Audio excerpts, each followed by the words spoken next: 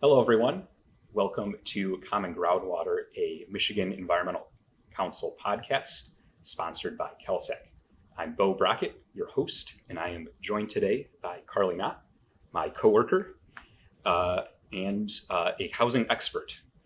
If you tuned in to episode 1 of our Project Greenprint miniseries, you know about the general lay of the land of Michigan as it pertains to our population, and our climate, and how housing kind of fits in between these two different issues as both a problem and a solution. And Carlee is here to talk to us today about some of those solutions we can have, how housing can fit in to not only addressing our climate crisis, but also helping us be better protected from climate change, and how housing can help make life more affordable and desirable for Michiganders, maybe future Michiganders too. So great to have you on the podcast, Carlee. Yeah, hi everyone. I'm Carlee Knott. I'm the Energy and Climate Policy Coordinator with Michigan Environmental Council. I guess also a housing expert now this year, focusing a lot on that, but happy to be here on the pod. Awesome. Yeah, whether by choice or not, you're a housing expert. That is we'll soon find out that's just how it is right now. I would love to start us out with just something a little bit fun that also kind of pertains to housing right now. So would you maybe mind talking a little bit about your own housing experiences? Do you like where you're living right now? Whether it be your literal home or kind of the area you're in, what's working for you? What's not? Yeah. So I guess a lot of my housing experience as an adult has been as a renter. I haven't been a homeowner yet, so have lots of experience in the rental housing market in the Lansing area. Last summer, I moved to Hazlitt, which is kind of new for me. I grew up in the Lansing area, but more the south, in Holt, south of Lansing. So now I'm living on a different side of town, even further east than East Lansing. But it's a really nice part of town. Meridian Township really invests a lot in their like parks and outdoor spaces, so it's been really great. I have a dog, Roxy, so I take her out for walks on trails a lot. So it's cool to have all of those outdoor spaces. And even the apartment that I'm living in is surrounded by spruce trees and wetlands. I see and hear lots of birds all the time, so that's fun. And I have a balcony, so I have like a little outdoor space. But looking at it from like the energy efficiency perspective, it's always like a little disappointing living in multifamily housing that I can't have control over, whether I have like an efficient electric water heater or different things like that. I kind of am just stuck with whatever the landlords have for the apartment, so that's a little frustrating. But yeah, I'd say I like where I'm living. I just signed my lease for another year, like yesterday. So. Oh, really? Oh, there we go. Yep. Perfect gonna timing. Be there for longer now. It sounds like you and I have very similar experiences because I'm a Lansing area resident myself. I live in an apartment, and I like it too because even though I'm in the thick of the city, there are a lot of green spaces nearby. Like I love the amenities nearby, but like you, I have no control over the sorts of appliances that I have. I have really bad windows, so I can feel a breeze come in anytime there's a breeze. And then my apartment complex is all connected to a boiler system. So I can't control my heat at all. And I just got to imagine, like, even when it's like a day like this where it's like 50 degrees outside, my heater is on 24/7. And I can't imagine that is good for energy use or for the environment. So it sounds like we're very similar there. And maybe a bit of a similar situation to how a lot of Michiganders feel. Like people generally like the offerings that are in Michigan, whether that's in theory or in practice, but a lot of the housing doesn't always work for them. We're living in, on average, older housing that leads to a lot of inefficiencies, which leads to high utility costs. And at the same time, these are also expensive homes as well. I actually have a fun fact. The apartment building that I'm living in now, my dad actually helped build back in the day. And he's in his late 60s. So definitely the apartment's starting to age, but it's cool. I didn't know that until after I decided to move there, and he was helping me move in. He's like, "Oh yeah, I used to like do the siding back in the day when these were first built." No kidding. That's awesome. That's probably like I don't know. I can't remember the average age of like a home in Michigan, but I know it's a little way, it ways back to probably when he was young, starting to build Yeah, around then. So and the majority of homes were built before 1970, and yeah, so yeah, definitely at least 50 years old, getting older, and then some homes, of course, were built way before that, like 1800s. You can see it a lot in rural areas too. Like a lot of the old farmhouses can be hundreds of years old at this point. yeah, yeah. It's kind of that. It's an amenity that I love about Michigan. I love like a home with a lot of like old character to it, but at the same time, it can cause a lot of those inefficiencies.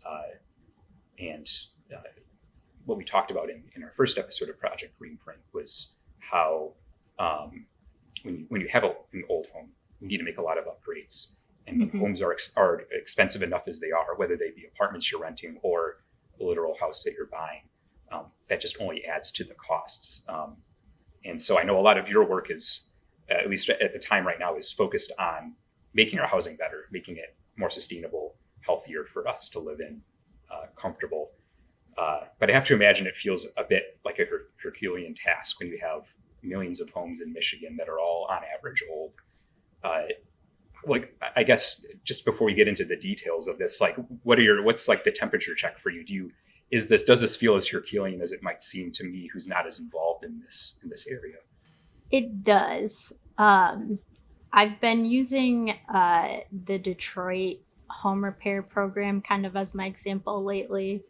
They got $20 million from some grant funding to start up the program in Detroit, and they think the need just in Detroit alone is up to like $8 billion to repair all of the homes, and that's just one city in Michigan. So if you think about all the homes across Michigan, it's many billions of dollars of investments that we need to upgrade our housing. And so it is, kind of a Herculean task. And even coming to, legislators with, in my opinion, a modest ask of $100 million is still like, that's a lot of money in the budget. Like, where are we going to, get that money when we have so many other priorities? So it's hard just with all the priorities that we have as a state. And then like looking at how much need there really is in Michigan for housing, how do we begin to, make that more of a priority and start to address it? I would describe it as Herculean too. Okay. Is housing something that's very much on their minds right now, or is this something that you're having to really educate them on? I think it's definitely on legislators' minds. Affordable housing has been really big, a big issue, not only in Michigan, but in cities and states all across the country. But especially in Lansing too, like there is just a growing need for affordable housing for folks. We see unhoused populations. It's definitely a big issue in cities, and right here in Lansing. So I think that there's a lot of good housing work being done. But yeah, we're just trying to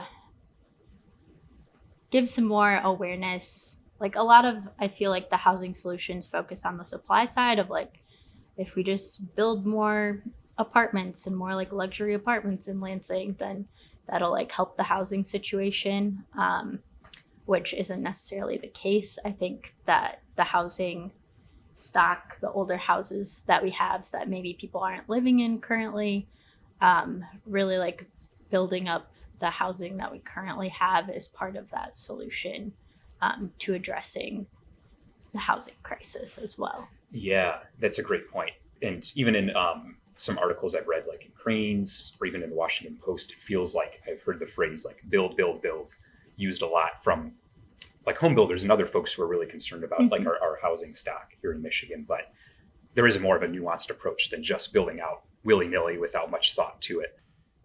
maybe that's a nice little transition then to some of the work that you're doing. So you are at the, at the Capitol, so to speak, like right now advocating for better housing policies, because again, we have millions of older homes in Michigan that are in need of repairs, that are creating a lot of greenhouse gas emissions, and that are expensive. Obviously, housing is a very complex issue, but what are some of those slices of the larger pie that you're particularly working on in advocating to lawmakers about? Yeah, so kind of why we're focusing on housing as a big campaign. One of the reasons is just that, like, our residential heating is the third largest contributor to greenhouse gases in Michigan, so it is an important part of the solution when we talk about climate change. But in some ways, even more than that, working on energy policy issues, when we look at people's utility bills, it's really about making sure that people can afford to live in their homes safely and comfortably, be able to like heat their homes throughout the winter. Heating is very costly. And if you live in an old home and have drafty windows, or there's a hole in your roof, your home's not weatherized at all, you're ending up losing a lot of that heat and using a lot more energy than you really would need to if your home was upgraded. And a lot of people can't afford that too, so then they end up living in cold homes through the winter because they can't pay that much to heat them. So it's really like an issue that matters. Every person that like lives in a home or rents like has to pay their energy bill every month. So it's something that like really impacts people directly. So kind of to tie that into what I'm working on, we've gotten a lot of really great opportunities from the federal government with the Inflation Reduction Act passing. And then just every year we get funding from the Low Income Home Energy Assistance Program, LIHEAP funds. And that funding goes towards the Weatherization Assistance Program in Michigan. So low income homeowners can apply to that program and access those federal funds to, weatherize their homes and be able to make them safe and comfortable and affordable. But the issue with that program is that a lot of people get deferred from it because of those issues of like having a hole in their roof, or they have assist siding that makes it unsafe for contractors to be able to come in and do the weatherization work. So many homeowners and low income folks aren't able to access that funding that is available. So an approach that other states have taken, specifically Pennsylvania recently, is coming up with this whole home approach. And so we've been trying to start that in Michigan, and we've gotten a bit of funding for it in the past, but we're really looking to have a significant starting fund of $100 million that is flexible state dollars that's able to complement the federal funding that's come in, so that when people do apply to the Weatherization Assistance Program, if they have some of those health and safety issues like needing to fix their roof, they're able to access some flexible state funding so that they can kind of approach the whole home, fix those other issues. Because most of the time when you have an old home, it's not just the one issue, like your windows are drafty. There's many issues, and all of those things kind of need to be addressed at once. So having this extra state funding would really help out with that. And yeah. Gotcha. I feel like there's two big things that I heard. The first being it seems like the current state of affairs right now is that, agencies or essentially have like the approach of like, we'd love to help you make upgrades to your home that make it more energy efficient, but you have all these other problems that you need to take care of first. The whole home retrofit program says, we see that you want to make energy efficiency upgrades, so we're going to give you money to make these other fixes to your home first, so then we can make those energy efficiency upgrades as well. Is that a fair assessment of kind of Yeah.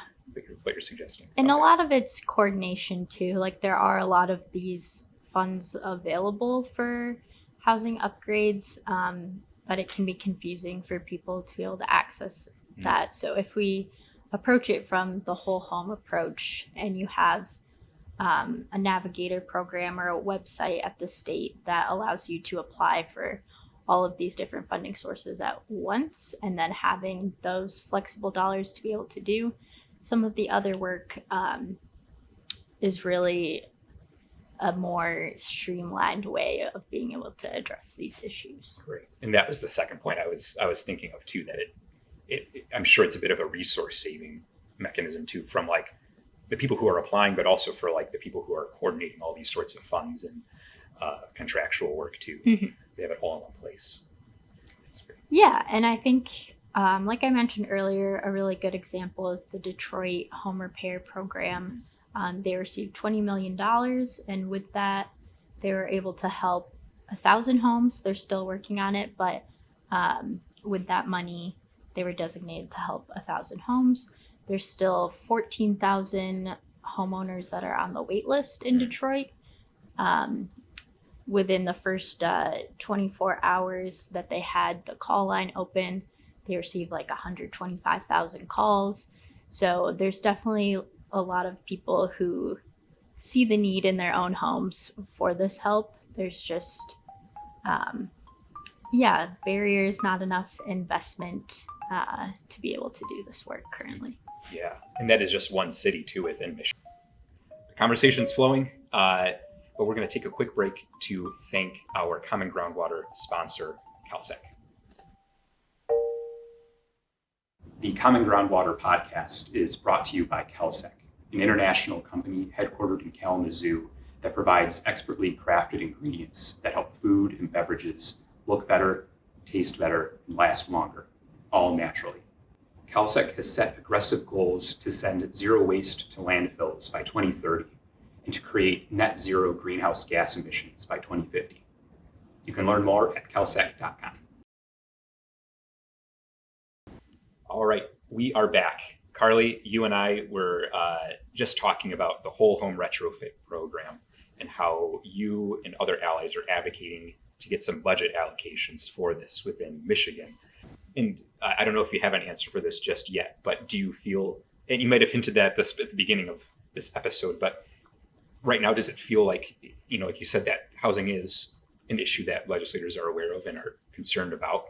Does it seem like this might be a good budget cycle for housing? Or is that too early to ask? Is that too much?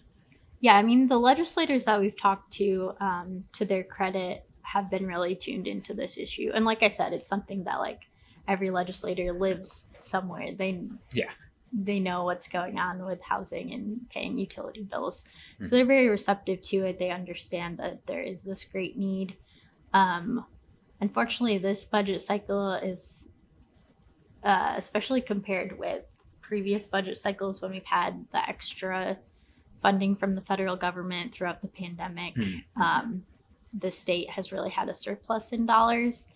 And this is the year for the budget they're working on now, where the funding is kind of falling off from those previous years where we've had a lot of extra funding. So the budget is a little tighter, and we've definitely heard that in all of the meetings that we've had, is that like, yes, we see the need, but our like targets, especially on the House side for their subcommittee budgets, are going to be much smaller than they were last year. And so it's harder to kind of get these priorities in there. Gotcha. Well, I know that there's more at stake right now than just the budget. There's also building codes that are kind of going through a review process as well. And this is something that the Environmental Council also plays a role in. Could you talk a little bit about what building codes are and where Michigan's are at currently? Yes, I love talking about building codes. All right. Not really, but they are very important. So I would say we're not like super involved in the building code process either, but we definitely, key in and pay attention to what's happening because it does affect a lot of energy efficiency and electrification and kind of the greenhouse gas emissions of the building sector. So building codes are essentially when we build new homes or apartments, and even commercial buildings. Any new construction has to meet the Michigan building codes that are like a minimum standard of how things need to be constructed. And we're really interested in the energy conservation codes. That's kind of where climate change comes into this conversation. I'm not super familiar with like sprinkler systems and other things that go into construction, but so there's an International Code Council, which is really just for the United States, but it's called International Code Council. I think there's a few other folks that follow those, but every 3 years they come up with a model code for states. There really isn't a federal code standard necessarily. I think we do have a minimum for certain purposes, like giving out home loans. But for the most part, it's left up to the states what their model codes look like. And so the International Code Council comes out with those codes every 3 years. And then states kind of have various ways of how they deal with those. In Michigan, we have it in our legislation that we're required at least every 6 years at this point to take a look at those new model codes and adopt them into our Michigan official building codes. So currently for the energy code, Michigan is running on the 2015 codes. And recently, every time they issue a new model code for the energy code, the energy efficiency improvements for housing has been like 1% more energy efficiency than like the last code. So it hasn't been like a huge difference, but just in the way that the code process works, which is very complicated, when they issued the 2021 codes, these codes were actually around 10% more energy efficient than the previous codes. So we've been really looking forward to adopting the 2021 international codes in Michigan so that our new homes and commercial buildings that are being built have those like much stricter energy efficiency minimum requirements. Unfortunately, the process has been a little slow. There was a mistake made in the process last year that kind of made Michigan go back to the drawing board and have to rework the language. So currently the code is with the Department of, it's LARA, so the Department of Licensing and Regulatory Affairs.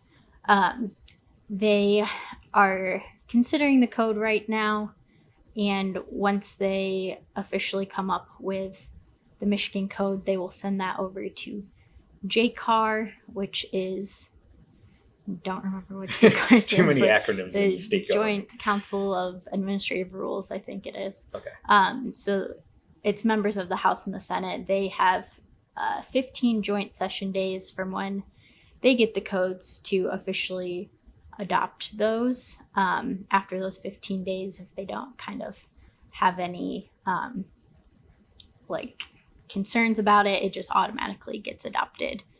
So at this point, we're still waiting for the 2021 codes to be sent to JCAR. Many things are in my mind, but I'll that was a lot to throw at you, for good sure. reason.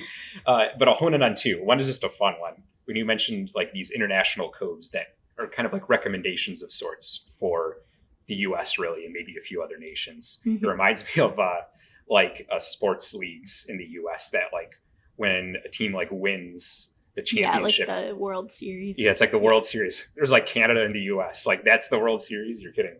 Uh, um, but on a more serious note, it seems like that building codes are kind of a way. So like the whole home retrofit program that we talked about is a way for us to bring our current homes into a better state. So they're more sustainable, they're healthier, they're more affordable. Building codes are just kind of doing that, but for future projects in a way. Like they're setting up the standards that we want to have for our future buildings that we create. Yeah, exactly. And just to like give you an example of what could be included in the building codes, there's some like EV ready provisions. So when you build a home, you're already putting in kind of the wiring and technology to be able to have electric vehicle charging. So when someone who buys a new home, if they have an electric vehicle or decide that they're going to get one in the near future, instead of spending like tens of thousands of dollars to have to, upgrade the wiring in their home, they'll already have that wiring in place because it was in the minimum building codes when their home was built. So they won't have to, pay to do all that work on the back end. It'll just add a little bit to their home cost when they purchase it on the front end. Okay. And the one thing that's that I knew was, just through my line of work that I knew was a thing, but has become really clear in this conversation too, is that like when I think of like what is a a healthy home or a green home, my mind can sometimes go to like solar panels on roofs or like major composting systems throughout, which are definitely options, but really like a lot of the sorts of improvements that we want to see made on homes are like things that feel already very household and very common, right? Like getting your windows replaced and upgraded, getting better appliances, getting like an electric vehicle charger, which is now becoming more common. Like it doesn't. A lot of these things just feel very natural already, and it's really just kind of bringing up our state codes and state systems to match this sort of maybe trend of sorts that we're seeing already. Yeah, definitely. And I think like a big component there of your energy consumption is like how efficient your heating is for heating and cooling in homes, and then for your water heater and for like cooking. So definitely making sure that when we build new homes, they're having energy efficient appliances is just like an easy way to up energy efficiency there. Yeah, it really is like I remember our boss Conan always talks about like how most environmental solutions are also economic solutions, and this seems like the perfect example of one where it's like when you make those energy efficiency improvements, you're knocking down greenhouse gases.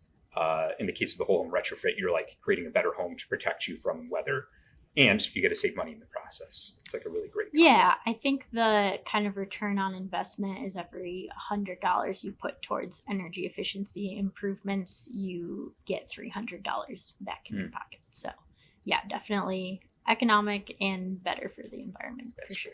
great. So we've talked about the whole home retrofit program. We've talked about building codes. Now there's, hopefully all these things will come to be through the budget, through our regulatory process. And from there, we can build out. Do we have to see an increase in workforce development? How do we handle this hopeful like influx of renovations in construction? Yeah, so I think just with a lot of like clean energy, it's like different facets. It's a growing field, energy efficiency, clean energy. We're going to need kind of the workforce of the future. There are a lot of like building contractors out there already, but they don't necessarily have the training for some of these things like ground source heat pumps or different like new technologies that require special skills to install. And even with the contractors we have currently, it's not enough for like the projected amount of like energy efficiency building electrification projects that we foresee in the future in Michigan. So I think, yeah, making sure we have the workforce that is trained and has the skills to do this work is definitely a necessary component and piece of the puzzle. So with our like whole home retrofit advocacy, we've also been advocating for $30 million just to go towards these workforce development programs. And it can also just be like a kind of equity piece to, like as we transition away from fossil fuel workers, like we definitely don't want all of those workers to be left behind and not have a job. So this could be like another way to, keep them involved in the workforce, in our energy workforce, by, giving them skills to do some energy efficient contracting work. That's great. Yeah. Thank you for the detailed information on not only the solutions that you're advocating for, but also just kind of the lay of the land when it comes to housing and energy efficiency as well. Yeah, I did my best. I'm sure that it's an area where I'm definitely have been learning a lot about since I started this job a little more than a year ago now. Mm-hmm. So yeah, there's always more to learn. There's lots of details. So hopefully I did my best explaining things. Yes, I think so. And I'm going to lean into like a cheesy line here, but there's also lots of opportunities for you as the listener to learn as well. In our description links and in our marketing, we've kind of put together some resources for you where you can learn more about the Project Greenprint sort of call, get some more stories from across the state, things like that. And we've also included an action alert that we've worked with Carlee on, where you can email your legislator to let them know that you want to see housing investments made in our budget. It may not feel like you're doing much sending in one email, but as we've talked about today, like we're in the heat or almost in the heat of the budget process. And these sorts of investments are going to be top of mind for legislators. So your voice does make a difference right now. It's a really critical time. Well, with that, Carlee, thanks so much for joining us and talking housing today. Yeah, thanks for inviting me. It's definitely a timely topic right now, as you said. So would love everyone's support in advocating for affordable, healthy, energy efficient homes in Michigan. I think so. All right. Well, we'll take care. And for those listening, we'll see you on the next episode of Common Groundwater. Bye.